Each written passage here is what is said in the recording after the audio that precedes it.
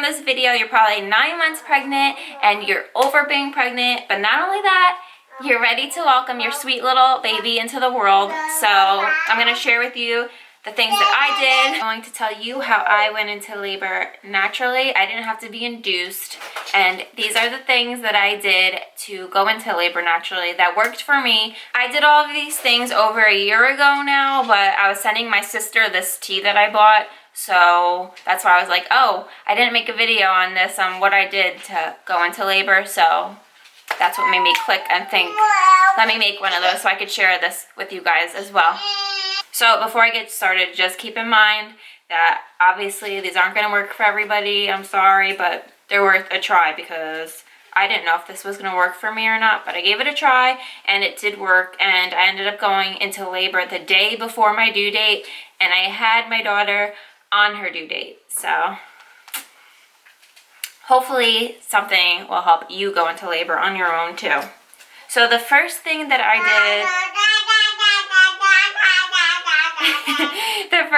did was I drank this tea about like 3 weeks before my due date, and it's this pink Stork labor prep tea, and it has raspberry tea leaf in it. Regularly drinking raspberry tea leaf, it's supposed to strengthen and tone your uterus and help those muscles in your uterus start to contract. And that is what's in this tea. Also, this tea is supposed to support reduction of labor pain and duration, tones the uterus, and provides the body with essential nutrients.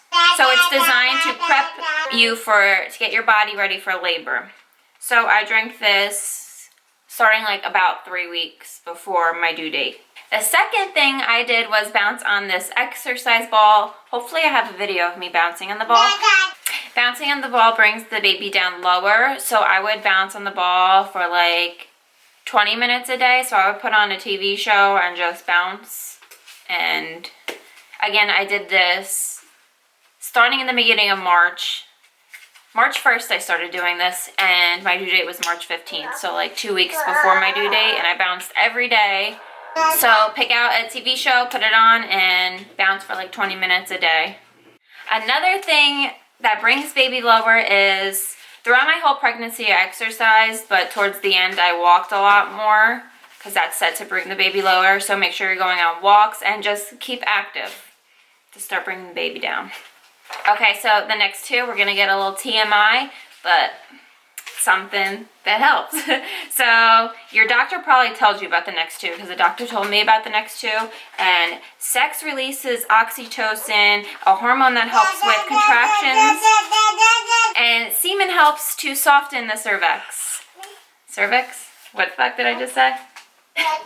And semen helps to soften the cervix, so your partner will probably like this a lot for you guys to do, and then you can do it for like at least 6 weeks or until the doctor gives you the okay. So get busy before a baby comes. And then the next thing is, my doctor told me about this one, is nipple stimulation, which also releases the hormone oxytocin. I'm not a doctor, so if I sound like weird when I'm saying these words, but I'm just telling you like what I did.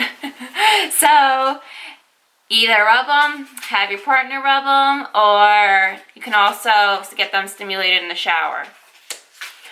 And then one of the last things I did that helped me go into labor was, towards the end your back's going to hurt a lot, so I would like to take warm baths. And no, pregnant people are not supposed to take hot baths, so just make sure they're warm and not an excessive temperature, because that's not good for you. So just a nice warm bath to help soothe and relax you, because when you're trying to go into labor, you need to relax more and have your mind at ease more. So I think that baths help with that a lot.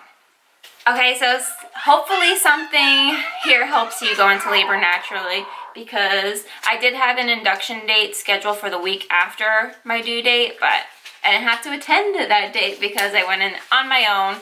But I wanted to also share with you guys signs that I was in labor, because even on that day I wasn't even sure, and in my head I was like, no, I can't be going into labor, because you just don't know. But about 4 weeks before my due date, I lost the mucus plug, and you'll know when you lose it if you lose it, because not everybody loses it, but it's like this thick mucus, like this big, that's going to come out of you. And you'll know it's that because you're like, what the hell? There's a glob. That's how I can describe it best. So like 4 weeks before was when that came out, and then a couple weeks after that came out, I started to dilate. But dilating can take so long if you didn't know this. Like you could be at 1 centimeter for like weeks.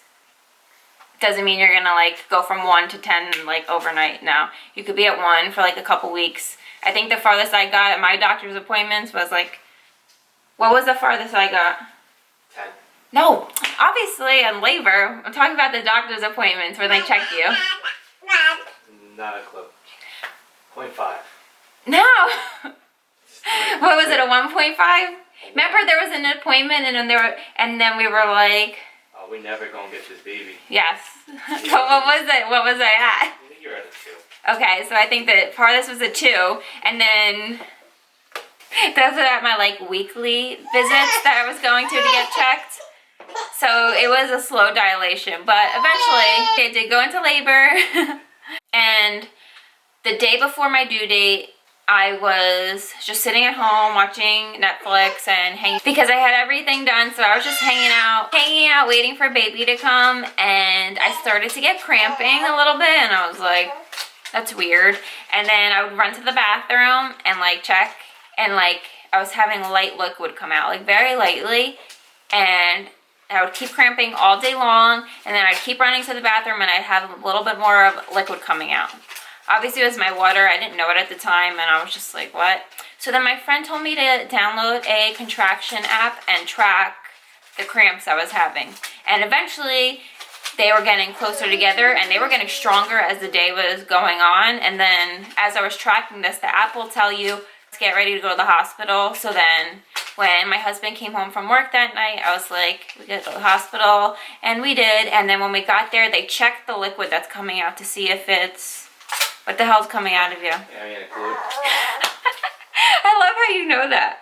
Okay, to see if it's amniotic fluid coming out of you and that you are indeed in labor. So they checked that, and I was, and Abby came out on her due date. Obviously it's different for everybody that's in labor. I know a lot of the movies make it look like there's gushing water coming out of you, and then you head to the hospital and a baby pops out like not too long after. That didn't happen for me, but that's what happened for myself.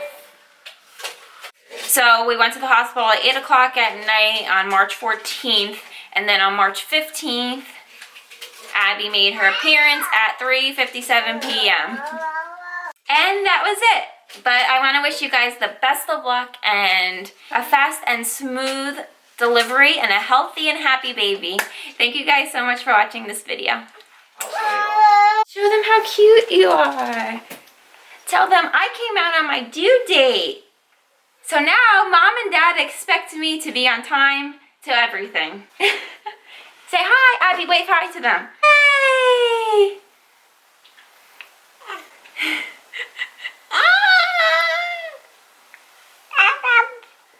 Oh, sure.